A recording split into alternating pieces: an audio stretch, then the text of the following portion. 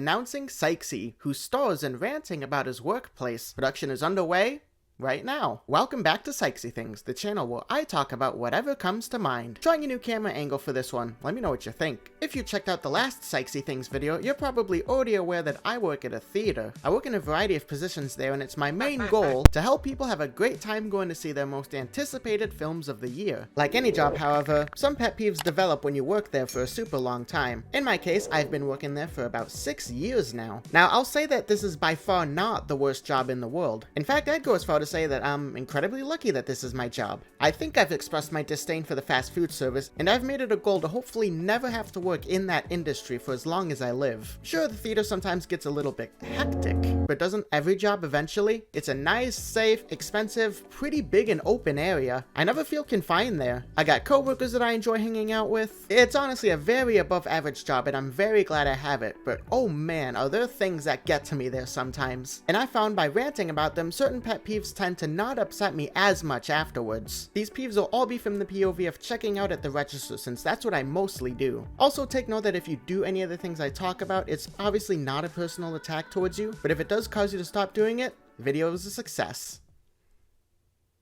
Alright, let's go. Number 1, tappers. So each of these peeves is essentially going to be my nickname for them, and tappers are right at the top of the list. Our popcorn tubs aren't completely flat at the bottom. They have an outer ring to them, with the middle part being a little bit more hollow. That means when you slide it on a counter, it makes this terrible ear-scraping sound. By far, the more common form of these terribly designed popcorn tubs is the deafening sound it makes when you tap it on a counter. So we have a counter where people can put seasoning on their popcorn. Salt, nacho cheddar, just to name a couple. It just so happens to be right next to the checkout station, and for whatever reason, instead of just shaking it over the floor or on God, just lifting the tub a little bit higher when you do it, they shake it directly over the counter and tap, tap, tap, tap, tap, tap, tap, tap, tap, tap, tap, tap, tap, tap, tap, as loud as they can. And it never bothers them, oh no, because surely they can't hear it. But meanwhile, I'm silently suffering because I'm just thinking to myself, please shake it over the floor, I will sweep it up, just stop making that dreadful sound. But no one can read my mind, so no one ever does it. And I can't really just go up and tell them to do it either. So I'm kind of stuck between a rock and a hard place for that one. If you're a guest, please raise the tub a little bit higher when you shake it, or just shake it over the floor. You have no idea how many workers there you'll make feel relieved when you do that. I'd personally much rather sweep some popcorn up than have to listen to that sound for minutes on end. Number 2, cash but separate. It's mostly teenagers and younger kids that fall under this category. Their parents only give them cash, and then they'll get their stuff. Once they get their stuff, they'll come up to me and then they'll say that they're paying cash, but we're all paying separately. And there's like 5-6 of them in the group. Meanwhile, the line behind them is like 20 people long. Honestly, just give me all the cash for everything. I'll handle the change and you can figure out how to split it later. You don't need to give me a $20 bill for each specific item one at a time. Honestly, I think the parents should probably be realizing that before they give the money to them, but it holds up the line a drastic amount. And since I'm generally the only one up there most of my shifts, I can only work so fast. A lot of these peeves are going to include usually holding the line as a reason, so heads up for that. Number 3, money laundriers. Not launderers, but laundriers. Basically, if you pull out your bills and they look like rejected, disfigured origami pieces, you're a money laundrier. Is it really so difficult to take care of your bills? If I have to spend more than 20 seconds uncrumpling and flattening out your bills, you might as well just give me a card. Again,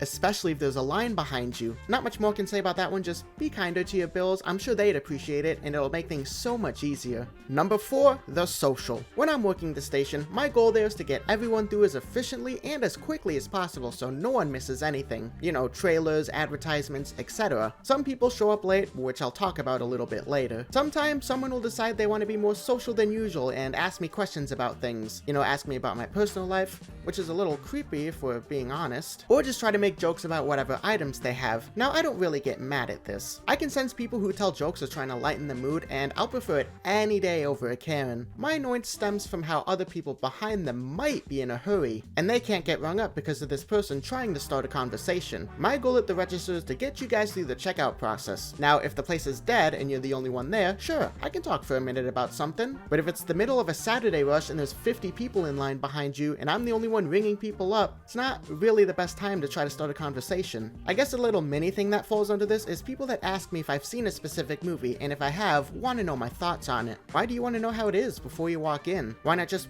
go in there and be surprised? Isn't that the point of a movie? You ruin that if you try to learn about it beforehand, especially if you're with someone that's excited to see it. Be surprised with them, don't try to gauge how it is beforehand. If it's an absolute necessity, use Wikipedia. The plot synopsis appears like the day after it gets released. Number 5, the impatient. This probably doesn't mean what you think it means. This peeve tends to happen with larger groups. What'll happen essentially is people will grab their drink cups, which you get from me, or they'll just have a bunch of things, and then as they're telling me what they get, immediately run off to get their drinks before I have a chance at seeing what else they got. Kids, I can somewhat understand, but if you're an adult doing this, come on, man. There's no reason you can't stand there for an extra 10 seconds while I make sure you got what you got, and not charge you less or more for a wrong size. It messes up my train of thought, and it's very easy for me to miss things when people do that. Just grab the cup, leave it there for 10 seconds, and when I have everything being bought listed, then you can get your drink. We're not going to run out of anything in that time span. Number 6, price gaspers. This one's pretty self-explanatory, I feel. I tell them the price of what they're getting, and they noticeably react to it. This isn't always an angry reaction, but sometimes they express shock at it.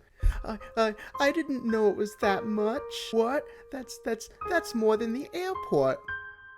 So don't buy it then. Don't buy it. If you don't like the price, you have the choice to not buy it. That's how purchasing works. But then almost every single time, they buy it.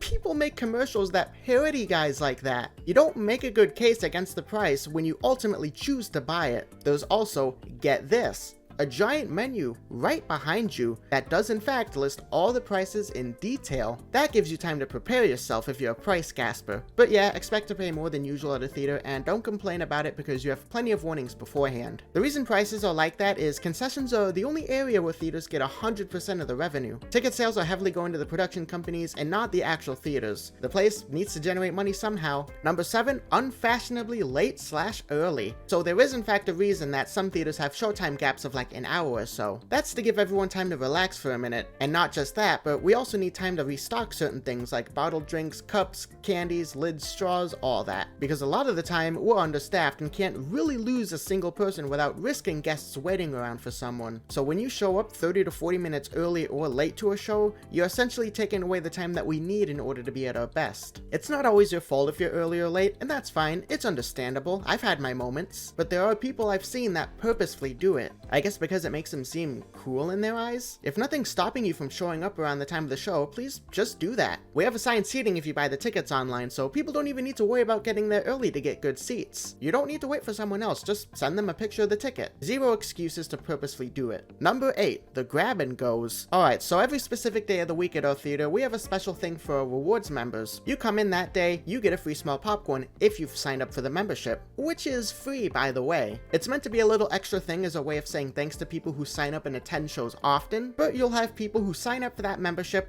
only come to the theater that specific day, get their popcorn, and bolt. They never spend a penny on anything else, but they'll always come in for that free small every week. I know this because you get points when you spend money, and these accounts always have nothing on them. At least buy something sometimes. Show that you care more about the place because mooching doesn't do that, even if you can technically do it under that system. Number 9, mind contactors. At our station, we have containers containing all the drink cup sizes. You see them right there in front of you. So when someone comes up to me, asks me for a cup, and then doesn't specify the size, it tends to get a little bit annoying, especially if you're looking at the cups right in front of you. I think it's more so just not paying attention rather than someone actually thinking I can read their minds. But if you just tell me you want a cup when they're all right there, in my mind what I want to do is just charge you for the most expensive one because, hey, it is just a cup, right? It's what you asked for. Doesn't annoy me as much as other peeves, but it's a little bit silly. Just some awareness can help avoid that. Number 10, phonies, spelled with a PH. Yep, you're on the phone with someone while you're checking out. Why, yes, of course. 1 large, please. No, my friend's getting a coffee. Do you know who Ariana Grande is? Just tell your friend you'll be back in a few moments and then focus on checking out. I promise they won't mind. From beginning to end, it takes me on average roughly 40 seconds to ring up an order. There's no way the person on the phone is incapable of waiting that long. Continuing to be on the phone and talking to them at the same time as trying to tell me things shows a lack of respect. What if it was me on the phone as I was ringing up your order? You'd be fuming, right? Think about it that way. Number 11, cuddlers. Alright.